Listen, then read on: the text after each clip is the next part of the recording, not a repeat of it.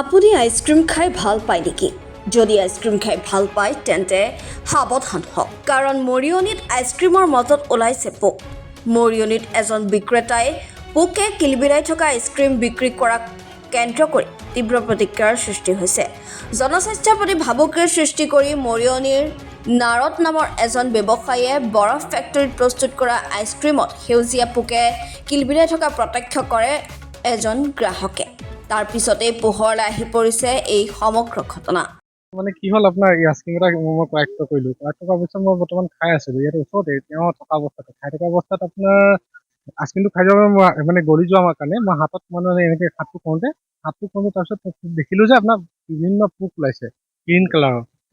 পোকবোৰ মানে এনেকুৱা মানে এই আমি এতিয়া খাইছোঁ কাৰণে দেখিলোঁ। এতিয়া সৰু সৰু ল'ৰা ছোৱালী কণ ল'ৰা ছোৱালীবোৰে খায়। এতিয়া তেওঁলোকে খালেতো গম নাপাব, খাই দিয়া হয়। সেইকাৰণে এতিয়া মই দেখি পিনে লগালগ আপোনালোকক মই ফোন কৰি পিনে অৱগত কৰিলোঁ।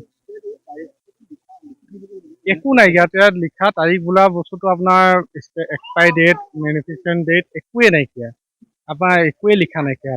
সেইটো কাৰণে কওঁ তেওঁলোকৰ কোম্পানীবোৰক যাতে বিভিন্ন ব্যৱস্থা লোৱা হয়। যোৰহাটৰ পৰা কংকনজ্যোতি শৰ্মাৰ ৰিপৰ্ট, এনি ভাৰত 24।